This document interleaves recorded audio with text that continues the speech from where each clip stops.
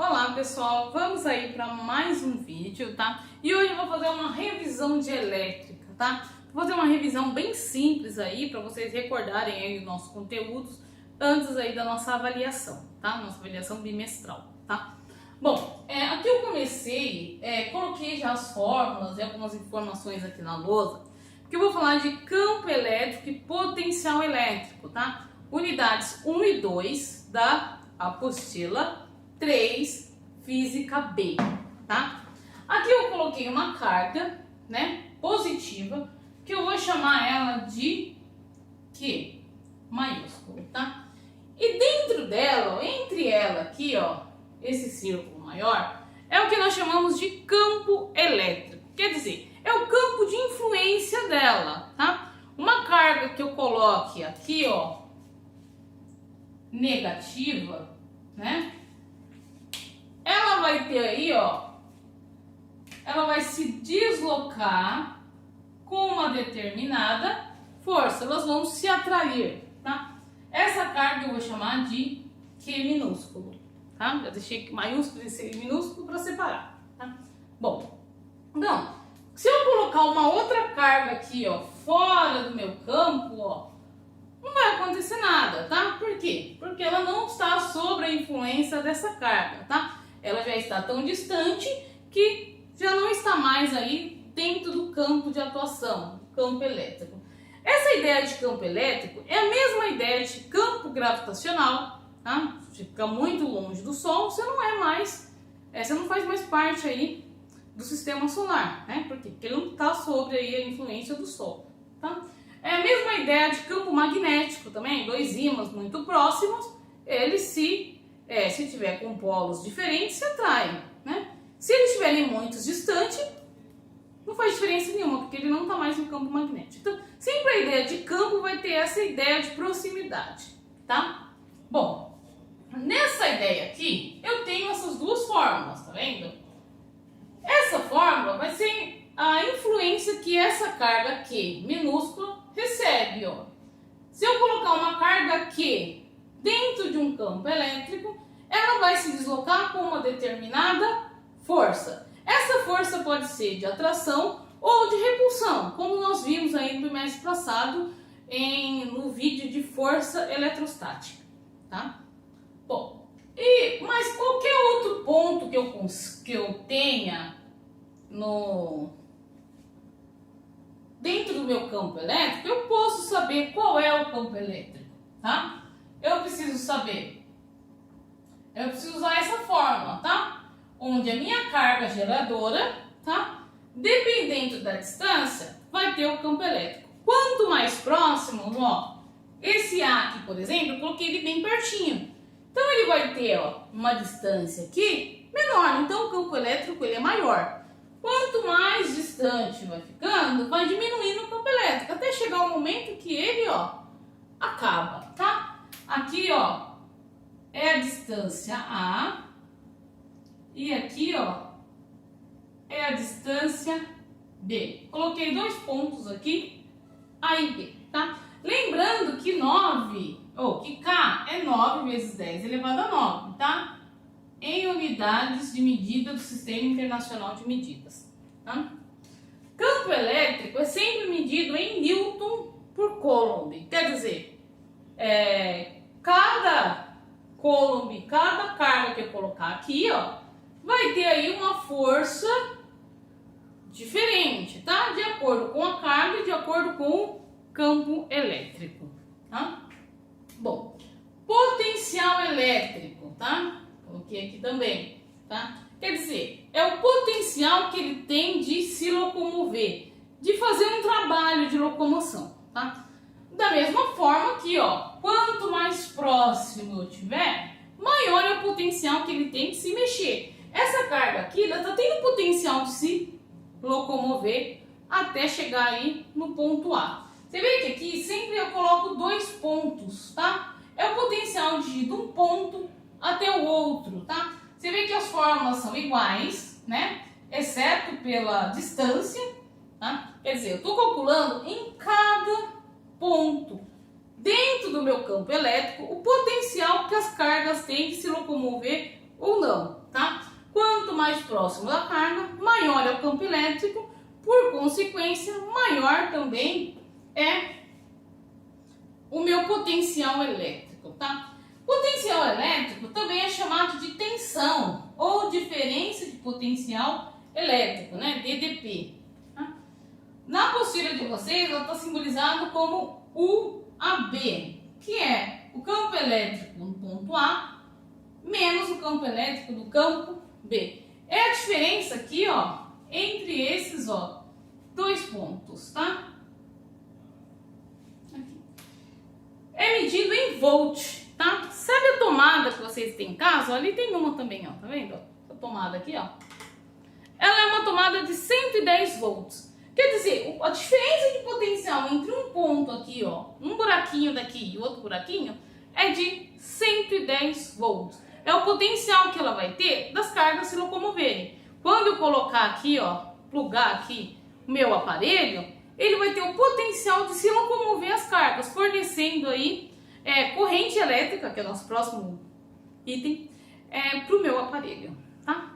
Bom, aproveitando que eu estou falando de corrente elétrica, vamos aí em corrente elétrica e circuito elétrico, tá bom? Ah, uma coisa, ó, meus desenhos aqui, tá vendo? Essas são as linhas de força, eu tinha me esquecido disso, tá? As linhas de força, ó, quando é positivo, todas para fora, negativo, todas para dentro. Você vê que essa negativa aqui eu coloquei muitas setinhas, né? Significa que a intensidade, que é o valor dessa carga aqui, ela é maior, tá? Ela é maior, então eu coloquei mais setinhas, quer dizer, ela tem mais linhas de força, tá? Ela tem mais força para fazer as cargas próximas se locomoverem, tá? Essa daqui é um pouquinho menor, por isso que eu coloquei aí, representei ela com poucas setinhas. Essa é uma forma de representação, tá? Na apostila de vocês tem vários desenhos assim, então é bom aí, ó, sempre, ó, consultar aí a sua apostila, tá? Bom, falando agora de corrente elétrica e circuito elétrico, tá? Acompanhe aí na apostila de vocês, que aí eu já vou entrar aí em lei de Ohms, né? Que é um item aí muito importante da apostila aí de vocês, tá?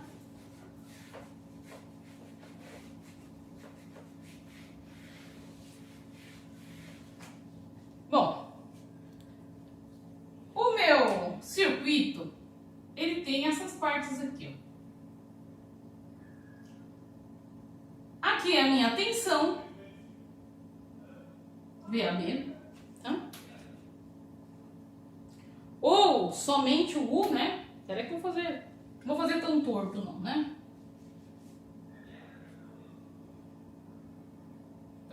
Tá? Seria a minha bateria ou a minha tomada, tá? E tenho também a minha resistência, tá? A minha resistência, que é o meu aparelho, alguma coisa que vai consumir aí essa energia, até que vai consumir essa minha corrente elétrica, tá? A minha corrente elétrica, ela sempre sai do positivo para o negativo. E ela dá aqui, ó, a volta. Passa pelo meu resistor e volta negativo, tá? Corrente elétrica é simbolizado por I, tá? I de intensidade de corrente elétrica. E I vai ser igual à quantidade de carga elétrica pelo tempo, tá? Quer dizer, o número de cargas que passou por esse meu circuito pelo tempo, tá? Então, vai contar também o tempo que ficou ligado, tá? Lembrando que Q é igual ao número de elétrons vezes a carga de cada elétron, tá? Nós vimos isso aqui em eletrização, tá? E é igual a 1,6 vezes 10 a menos 19 coulomb, tá? Corrente elétrica é medido em ampere.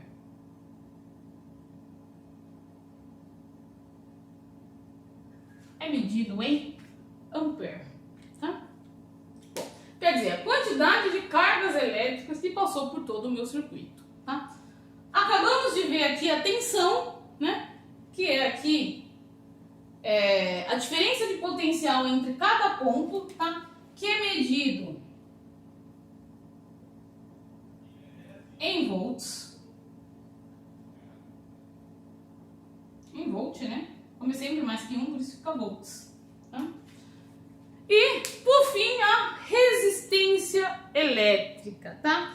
A resistência elétrica é uma dificuldade que ele tem de passar aí pelos fios, tá? Ou de passar por um aparelho, né? Alguns aparelhos são resistivos, tá? Por quê? Porque essa dificuldade, ela transforma a energia elétrica em energia térmica.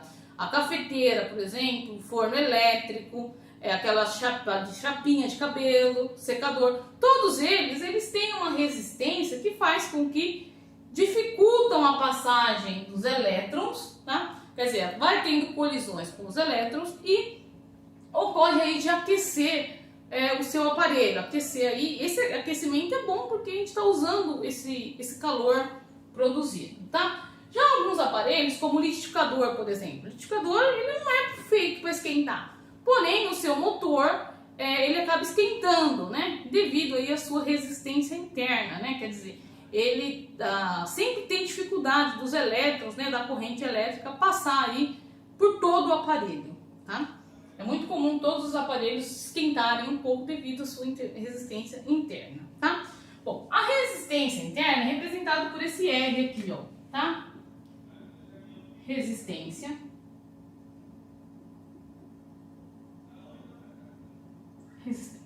A resistência é medida em ohms, tá?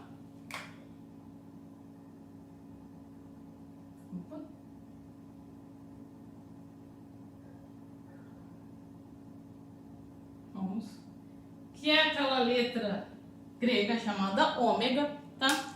E ela foi estabelecido duas leis de ohms, tá? A lei que vai falar só do circuito elétrico, que é a tensão fornecida é igual a R vezes I, tá? Ou a resistência elétrica, tá?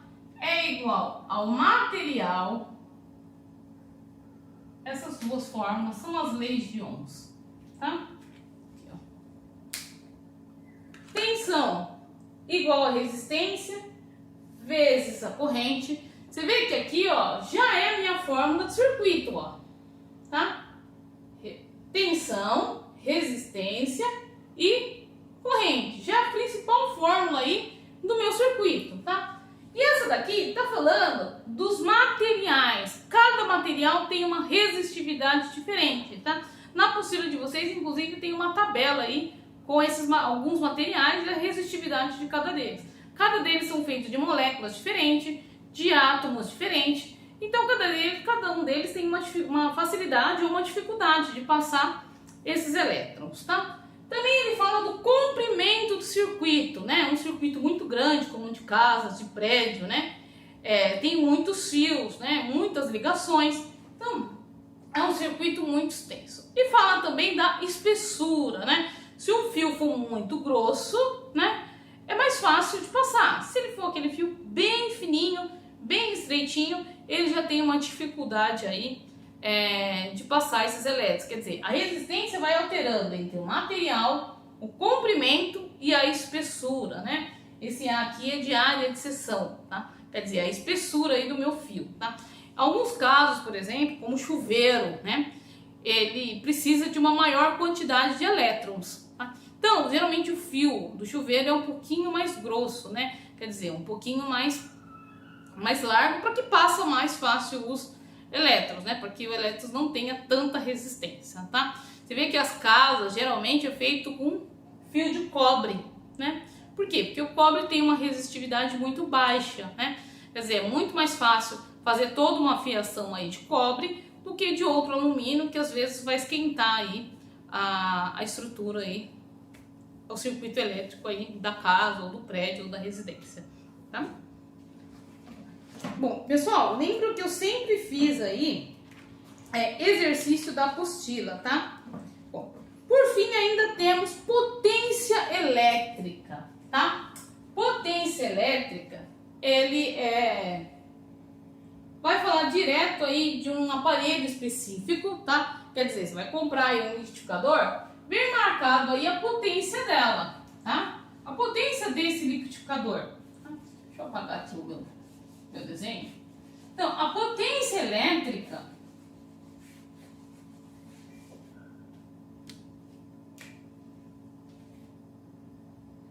é a corrente que ele usou vezes a tensão. Quer dizer, se ele for ligado aqui, ó, aparelhos muito potentes, geralmente são ligados em 220, como o caso do chuveiro, aquecedores, né? Tem a potência muito alta, é ligado aí às vezes numa tensão maior. Para quê? Para economizar aí um pouquinho de corrente elétrica, tá? Para que aí a corrente elétrica passe aí, na verdade não economiza, né? Gasta mais, na verdade, né? Chuveiro elétrico é um dos aparelhos que mais gasta aí energia, né? Quer dizer, ele equilibra aí os dois, tá? A potência é medida em watts, tá?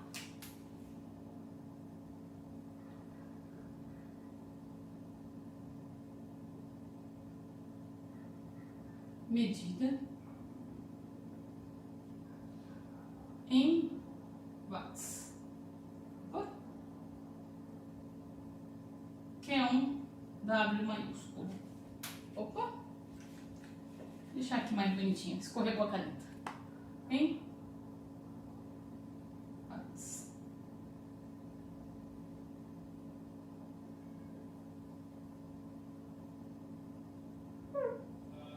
Prontinho, tá? Anotem aí que a medida em watts, tá? Geralmente aí aparelhos que eu falei que são potentes, aí são ligados aí nos 220, né? Para quê? Para que também aumente aqui a minha tensão, tá? Bom, potência elétrica está muito diretamente relacionado ao consumo de energia elétrica, tá? Aparelhos resistivos, aparelhos de alta potência, elas têm um consumo muito grande de energia elétrica, tá? A energia elétrica, ó, ΔE, é a potência vezes o tempo, tá? Quer dizer, um aparelho muito potente que fica muito tempo ligado vai gastar aí um consumo muito grande de energia, tá? A energia é medido em quilowatts hora, ó, potência, quilowatts e tempo em horas, tá? Na apostila de vocês, ele tem aí, ó, uma tabela, né? Colocando aqui, ó, eu não vou passar essa tabela porque fica muito longo, ó. Tem uma tabela com alguns aparelhos de casa, ó, geladeira, chuveiro, lâmpada, ventilador, alguns aparelhos e o consumo desse aparelho, né? Você vê aí que esses aparelhos, alguns aparelhos têm um consumo muito grande, como no caso do chuveiro, o total de lâmpadas na casa, como às vezes fica muito tempo acesa, né? Tem também um consumo aí muito grande, tá? E esse consumo fica diretamente ligado à sua conta de energia elétrica, tá? Essa conta aí de energia elétrica tem os valores aí de acordo aí com a faixa, então às vezes é até um pouquinho difícil controlar, né? Saber direitinho quanto que vai vir, porque aí tem várias aí especificações, tá? E por fim, o gerador e o receptor, tá? Geradores e receptores. Deixa eu ver a página que está aqui. Agora aqui eu fechei a apostila, tá? Bom, geradores e receptores, eles são bem parecidos, tá? Eles tá na página aí, ó, 251, tá? Geradores e receptores, eles são bem parecidos, tá?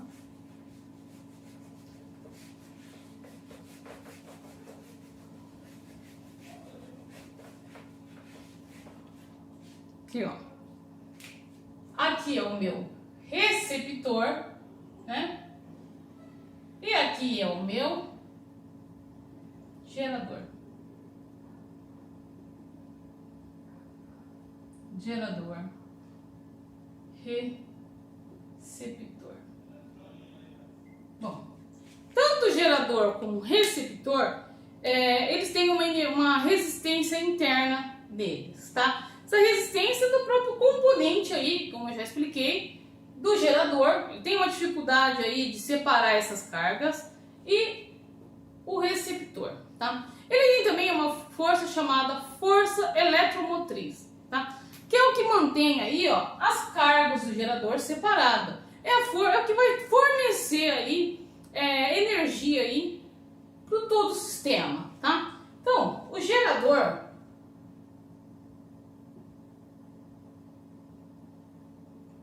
ele tem o que chamamos de força eletromotriz. Em alguns casos está chamado de FEM, tá? Na apostila de vocês. Ela é medida em volts, tá? E ele coloca aí também a ideia, é medida em volts, ó, anotar aqui, ó, representada por um E medido em volts. Tá?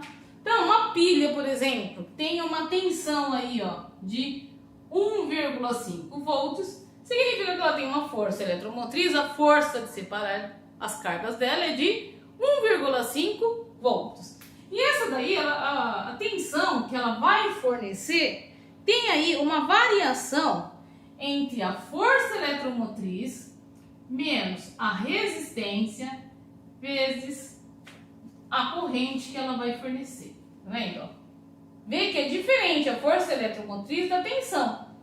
A tensão vai depender desses três fatores, ó, tanto da resistência interna como da corrente que ela vai precisar. Vocês observam que alguns geradores, algumas pilhas, por exemplo, acabam muito rápido, tá? Por quê? Porque ela acaba precisando, ó, bastante da energia, de corrente elétrica. Tem uma resistência muito grande. Então, ela acaba aí consumindo rapidinho. Por quê? Porque ela precisa aí de muita corrente, tá? Outras duram aí uma eternidade, né? Você acaba às vezes pegando de um aparelho e colocando no outro, porque dura aí muito tempo, né? Uma pilha aí num determinado equipamento, tá? Já o receptor é o inverso. É o inverso. Se ele é o inverso, ele tem o que chamamos de força contra... É o contrário, eletromotriz.